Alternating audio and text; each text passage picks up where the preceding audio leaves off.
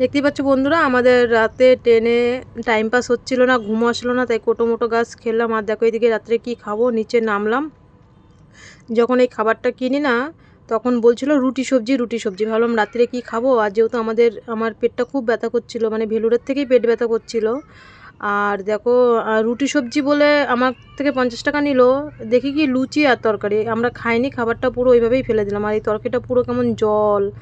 তাই যেরম খাবার কিনলাম সেরম খাবার না খেয়েই শুয়ে পড়লাম।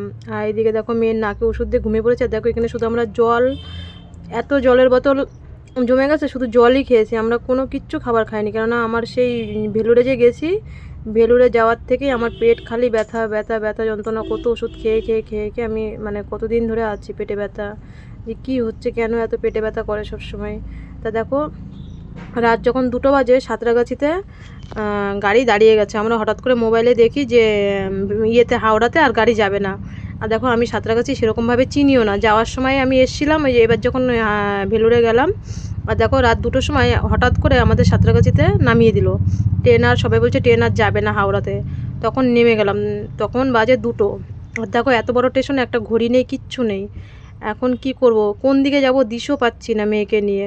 যেমন হাওড়ায় যেমন নেমে গেলেই বাইরের দিকে আসলেই ট্যাক্সি পাওয়া যায়, শিয়ালদা আসাটা কোনো ব্যাপার না। আর এখানে আমি বুঝতেই পারছি না কোন দিকে যাব, এই দিক থেকে ওই দিকে, ওই দিক থেকে ওই দিকে, কোন দিকে যাব। যাই হোক আমরা স্টেশনে 4 নাম্বার থেকে, আগেরবার আমি যখন হাওড়ায় মানে হাওড়া এই সরি সাঁতরাগাছির থেকে যখন আমি ভেলুরে গেলাম, এই 4 নাম্বারে ট্রেন দিয়েছিল। এবারও 4 নাম্বারে ট্রেনটা দিল বলে তাই একটু চিনতে সুবিধা হলো। এবার এখন বাজে রাত 2টোর সময়, কি করব। আর এখানে যাই হোক বাইরের দিকে আসলাম, এসে দেখি কি হাওড়ার মতন না কোনো ট্যাক্সি ফ্যাক্সি কিচ্ছু নেই, কি করব। আর দেখো এদিকে বাইরে বেরিয়ে গেছি, বাইরে বেরিয়ে কোথায় যাব, কি করব না করব মাথায় না কোনো কাজ করছে না। একবার দেখো এই দিক থেকে, এই দেখো পুরো অন্ধকার, তখন রাত 2টো বাজে। আর এরকম আমাদের মতন সবাই ভুগন্তি, শুধু আমি না। আমি তো একা একা বলো, বাচ্চা নিয়ে, ব্যাগ নিয়ে, 2টো ব্যাগ নিয়ে, বাচ্চা নিয়ে, আর আমার পাশে কেউ নেই। আর ছেলেদের ব্যাপারটা আলাদা। আর হচ্ছে দেখো একবার এই পাশের থেকে এই পাশে যাচ্ছি, এই পাশের থেকে এই পাশে যাচ্ছি। তারপরে যাই হোক 3টে অবধি ওখানে দাঁড়িয়েছিলাম। তারপরে একটা অটো করলাম, অটো করে 200 টাকা নিল একজন মানুষ, পুরো মাথা পিছু 200 টাকা করে। এবার সেই অটোটা করে এই সাঁতরাগাছির থেকে অটোটা ধরলাম, ধরে হাওড়ার দিকে আসলাম। 200 টাকা নিল তখন। এই দেখো এখন আমরা হচ্ছে হাওড়ার থেকে আবার ট্যাক্সি ধরে শিয়ালদার দিকে আসলাম। তারপরে যখন এসি শিয়ালদায় তখন বাজে 4টে বাজে। হ্যাঁ, শিয়ালদায় যখন এসি তখন 4টে বাজে। আর এই ট্যাক্সিতে দেখতেই পাচ্ছ আমরা ট্যাক্সিতে।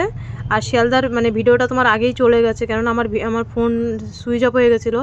ফোন খুব কষ্ট করে ভিডিওগুলো করেছিলাম। আমরা যে উপরে সিট ছিল, সেই সিটের ওখানে কোনো বোর্ড মোড কিচ্ছু ছিল না।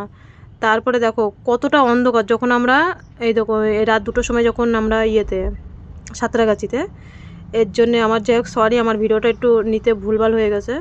অটো করে যখন রাত 2টো বাজে তখন আমরা ইয়েতে এসেছি হাওড়ার থেকে ট্যাক্সি ধরে তারপরে 4টে 36-এ আমি শিয়ালদা এসে পৌঁছেছি। মানে 2টোর থেকে 3টে অবধি মানে আমি একবার এই দিক থেকে ওই দিকে যাচ্ছি, এই দিক থেকে এই দিকে যাচ্ছি, কী করবো মানে আমি দিশ পাচ্ছি না। তখন রাত 2টো বাজে, একা একা একটা মেয়ে মানুষ সাঁতরাগাছিতে। যাই হোক এইভাবে অনেক কষ্ট করে আমি হচ্ছে শিয়ালদায় এসে পৌঁছেছি 4:30 বাজে তখন। আর যাই হোক এইভাবে আমি শিয়ালদায় এসে পৌঁছালাম। তো যাই হোক শিয়ালদায় এসে দেখি কি সঙ্গে সঙ্গেই মানে ট্রেন আমি পেয়ে গেছিলাম। আর হচ্ছে যাই হোক এই ভিডিওটার মধ্যে আমার অনেকটা ভিডিওগুলো নিতে একটু ভুলভাল হয়ে গেছিলো, যেহেতু আমার ফোনটা বারবার সুইচ অফ হয়ে যাচ্ছিলো, ফোনে চার্জ ছিল না। আর কালকে সকালবেলায় তো শুভ নববর্ষ জানোই। আর ভিডিওটাও পোস্ট করতে আমার অনেকটাই লেট হয়ে গেছিলো। আমি বাড়ি আসার পরে আমার অনেকটা কাজ ছিল বাড়িতে এসে, তোমাদের সাথে সেটা শেয়ার করব। আর 15 দিন পরে বাড়ি আসি, আর বাড়িতে কেউ না থাকলে জানোই তো যা হয়। আর আমরা দেখো মোটামুটি শিয়ালদার দিকে চলেও এসেছি ট্যাক্সি করে কম পয়সায় ভাড়া নিয়েছে, 30 টাকা 60 টাকা ভাড়া নিয়েছে, বেশি নেয়নি। কিন্তু ওইখান থেকে ভাড়াটাই বেশি নিয়ে নিয়েছিল, এক একজন 200 টাকা করে। আমরা দুজন এসেছি, মা মেয়ে 400 টাকা নিয়েছে। যাই হোক আমার আসতে হবে 400-500 টাকার দিকে, তো আমার দেখলে হবে না। আমি 400 টাকা দিয়ে সাঁতরাগাছির থেকে হাওড়া অবধি এসেছি।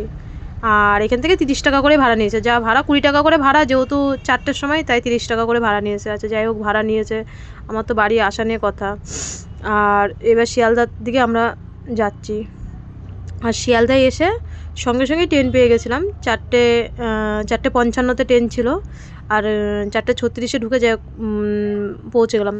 তখন দেখো 4:30 বাজে, আর ট্রেনের ভিতরে একটা লোকও নেই, শুধু আমি আর মেয়ে ট্রেনের ভিতরে, আর কেউ নেই। যা একটু ভয় ভয়ও করছিল, আবার ভাবলাম যে না এখনই তো সকাল হয়ে যাবে, 5টা বাজতে গেল। তারপরে ট্রেনে করে যাই হোক একটু নিস্তার হলো, যে ট্রেনটা যেহেতু পেয়েছি রাত 2টোর সময় নেমে শিয়ালদায় আসা মানে যে এবার হাবড়া আসতে বেশিক্ষণ লাগবে না, যেহেতু আমার বাড়িতে হাবড়া। আর হচ্ছে তখন গিয়ে একটু ভালো লাগছে। আর জানো না 2টোর সময় এত ভয় করছিল, রাত 2টোর সময় সাঁতরাগাছিতে মেরে নিয়ে কী করবো, আর রাস্তায় খুঁজে পাচ্ছিলাম না, কোন দিকে রাস্তা অতটা চিনি না। যেমন হাওড়ায় যেমন একটা যেতে যেতে হাওড়ায় একটা অভ্যাস হয়ে গেছে, ট্যাক্সি ধরবো শিয়ালদায় চলে আসবো, কিন্তু সাঁতরাগাছিতে কোনো না ট্যাক্সির ব্যবস্থাও নেই। পরবর্তীতে কেউ যদি আসে এরকমই ঠিক বিপদেই পড়বে সে। আর হচ্ছে আর দেখো আমরা এইদিকে হাবড়াও নেমে গেলাম। এখন একটু বেশ মেয়ে খুশি খুশি ভাব, আমারও খুশি খুশি ভাব, বাড়ির দিকে যাচ্ছি। আর হাবড়া নেমে আমরা আগে হাবড়ার থেকে নেমে আমাদের আগে এইদিকে বাইরের দিকে আসতে হয়, এসে আমাদের গাজীপুর অটো স্ট্যান্ডের থেকে অটোটা ধরতে হয়। এক অটোতেই আমাদের বাড়ির সামনে নামিয়ে দেয়। যাই হোক এখানে অটোতে অনেকক্ষণ বসেছিলাম, সকালবেলা বললো 6:30টার আগে ছাড়বে না, 6:30 7টার আগে ছাড়বে না।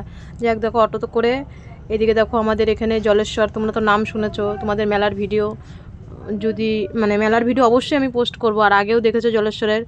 আর এইদিকে দেখো আমাদের জলেশ্বরের অনুষ্ঠান চালু হয়ে গেছে মোটামুটি। যাই হোক সবাই ভালো